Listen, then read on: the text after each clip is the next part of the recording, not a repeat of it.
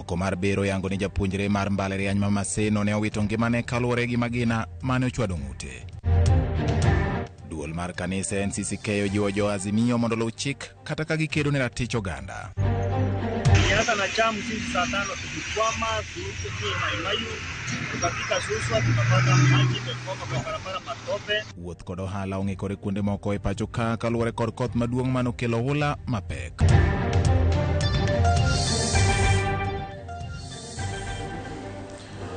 Machiegni nyako Ramogi yudo weche manyien ma kagi kacha kokalo Ramogi TV. Nyinga en George Bati.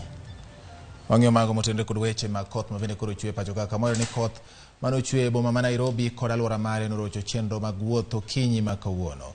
Nyamburko moko ne ringo ei pi ka oganda mane chwalo wuoth gi tiendgi gi ngapaya ne oyude matek kaluwore kod oula mane mol. Wachore ni nyathi moro ne pi oywero e kar dak ma Kangemi buore Nairobi. Matimore kinde ma jodak ywak ni odundu mag keyo pi kata ma chwalo pi koting'o pige mag minyaga e boma ma Nairobi kaachiel kod bombe mamoko ok ni e rang'iny makare.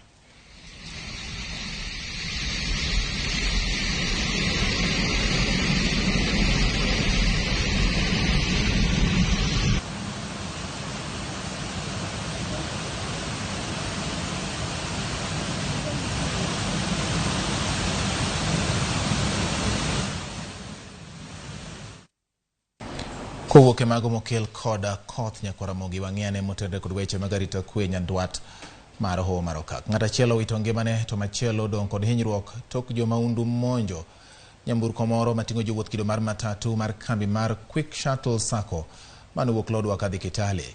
Jo maundu go nochielo gi magina jo matatu e kar timo ohala ma Kakong e kaunti ma Turkana e kinde mane gisundo dereba mondo mi ochung nyamburko no to dereba odagi. Dereba mar matatu no chiel gi magina ma eng'ute ma wito ngimane kanyo ka japuonjre ma ja higni 14 to ne odong' kod hinyruok.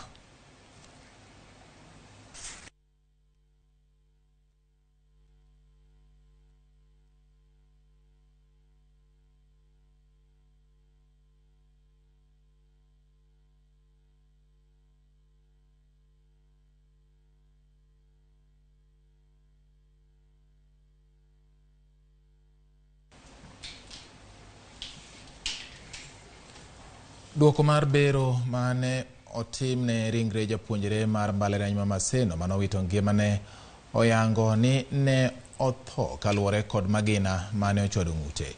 Kaluwore kod jabero e alwora mar Imbo Dr. Dickson Mchana, magina mane ochielo ng'ut William Mayange ne ochwado lumbru mare kendo omiyo owito remo mathoth ahinya manokelo thone. Mayange ne orado gi thone kinde ng'anyo manobagi kod Azimio la Umoja wuok tich mar jumani. Anyuola ne olero ni gibiro tero ringre e kar kano ringre ma Kisii motelo ne ik mare. Report wa ofisa wa uchunguzi, tuko na wawakilishi wa human rights wa IPOA pia wako hapa na ofisa kutoka CID Kisumu West, na nina imani haki tatendeka. Ninajua kabisa mtoto wangu aliuawa. Mtoto wangu hakukuwa mwizi, hawakumpata na kitu chochote cha wizi. Mtoto wangu alipigwa risasi kutoka mbele direct. Kuna shimo kubwa hapo kwa koo, na huyu mtoto alikufa papo hapo. Kwa ufupi, mtoto wangu aliuawa na ningependa haki tendeke. Owere kod mago ma otende kod wach mar nek kata tho mar japuonjre mar mbalariany ma Maseno. Kendo wang'eyo mago motende gi weche manotende gi ng'anyo to nochwale do weyo thuolo jod bura mag Azimio manyichano maki kaluwore kod tulo mag ng'anyo chieng' wuok tich. Jatend kweth manok e od bura mamalo Pio Wandai, jatend kweth manok e od bura mar Senate Stewart Mazayo kaachiel kod jod bura mamoko 4 okwedo ketho mar ng'anyo ma oko puodhi kod ketho mar ketho mwandu e kinde ng'anyo. Jong'ad bura kata jang'ad bura e doho ma Kahawa oweyo jotelo go thuolo kuom omenda achieng' manyalo romo Sh50,000 kod rambun mar omenda maromo Sh350,000. Burano dok e doho tarik 3 mar dwe manyien. polisi alikamatana na kila mtu alikuwa akikamatwa peke yake akiwa bado mkutano haujaanza. Kwa hivyo mashtaka ambayo yamefikishwa mbele ni mashtaka ambayo sioni yakienda mbali, na niko nashangaa sana kama DPP mwenyewe ameangalia hizo file kabla kutuleta hapa kotini. Hatujapewa ule ushahidi ama ile affidavit ya kupinga ule ushahidi, lakini nilivyosema kwamba hawatatoroka, tutawatetea. Kama huyu Joyce Nyambura basi atakuja pale na atakaa kizimbani aweze kuelezea yaliyojiri, hivi kwamba watu 8 waliweza kuvunja kioo cha gari moja kivipi. Sijui mmoja alishika pande huu, mwingine akapiga ngumi hapa, mwingine akabeba Kwa hivyo hayo ni maswali ambayo tutayajadili, lakini hayawi huwa wameletwa kotini. Ogai mar Azimio One Kenya Alliance Raila Odinga oramo ni ng'anyo mar wuok tich biro dhi nyime kaka ne gisechano. Odinga okwayo johera mag Azimio mondo mi kik ol kod ng'anyo ka orwakogi e chenro mag ng'anyo ma wuok tich juma manyien. Jatend Azimio no bende okwayo jodolo mondo mi ojiw kedo ne ratich oganda e kinde ma gidwaro twak mar kelo kwe kinde kod jatend piny William Ruto. According to information we have, is that these youth are going to be given uniforms similar to those of the MDD, our movement, the movement for defense of democracy. Then they will mix with our youth and accompany them throughout the demonstration. But at the end of it, they are going to be armed. They are going to be carrying not only stones, not knives and pangas, which will be disguised, but they will also be having weapons, guns. And then they will shoot, they will stone, they will knife, and the aim is to kill over 1,000 people. And then they're going to now make a case that there's a bloodbath and try to send those who are leaders of Azimio to ICC. We want to condemn in the strongest terms possible this kind of nefarious criminal plans by these people to try to cause mayhem and bloodshed in our country. We have said ourselves that we are a peaceful movement. We don't want any bloodshed. Riwruok mar kanise pacho ka NCCK owacho ni giikore mar kelo kanyakla jatend piny Kenya William Ruto kod jatend Azimio Raila Odinga e twak mar keto giko ne ng'anyo mag Azimio.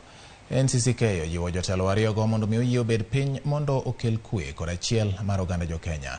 Bende gijiwo Azimio mondo mi oluw chike duto mag ng'anyo kata mag manyo ratichgi ma opogore gi ng'anyo ma juma ka juma. Gikwayo piny owacho mondo mi oluor ratiro mar jofwambo mabiro mana seche mano kende bang' duol ma ochung' ne weche mag tudruok ute mag fwambo e chiwo tipo mag ng'anyo achiel kachiel. We in the church and as NCCK, we are available to mediate should that be required. Thirdly, Your Excellency, we appeal to you, we appeal that you rivet the attention of the nation on the crippling drought and famine that continue to ravage the country, which has increased the cost of living radically. Kenyans are suffering, and their suffering is worsened by a government that is focused on politicking rather than providing solutions. Fourthly, Your Excellency, we encourage the government and the state agencies to assure and protect the freedom of media. The assertion that live coverage of the demonstrations on Monday and other actions by Kenyans are incitement is misplaced, and any notices to that effect should be withdrawn. Jotelo 50 manowale kombe mag jolup jotend migepe kata CAS ochamo mayanga odiochieng' ma kawuono. Evans Kidero, Dennis Itumbi, Millicent Omanga kod Bishop Margaret Wanjiru gin moko kuom jotelo mane opodhi okinyi ma kawuono e kar jot mar jatend piny Kenya buri Nairobi. matimore kata bang' spika mar od bura mamalo Moses Wetangula yango ni jood bura onge kod teko mar chik mar nono jogo mowal e lemo mar CAS.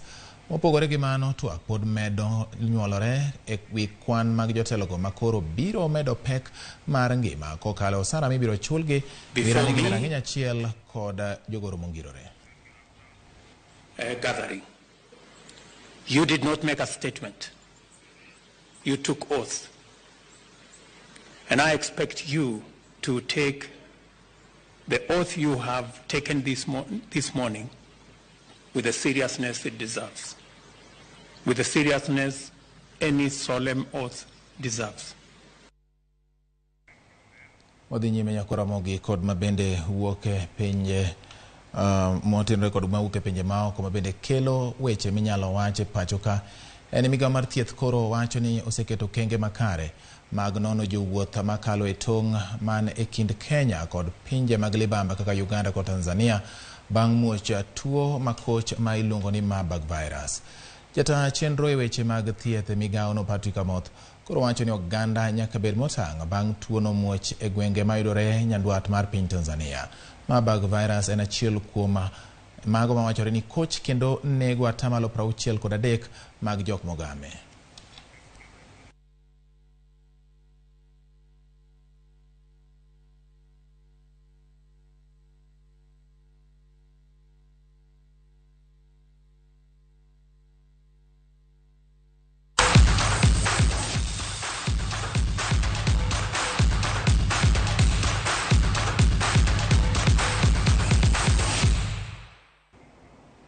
Koro ne twadhiane motenre kod weche mag tuke nyako Ramogi mabende wang'iye ma otenre gi wach mar ikruok mar tim maduong' mar adhula ma pachoka Harambee Stars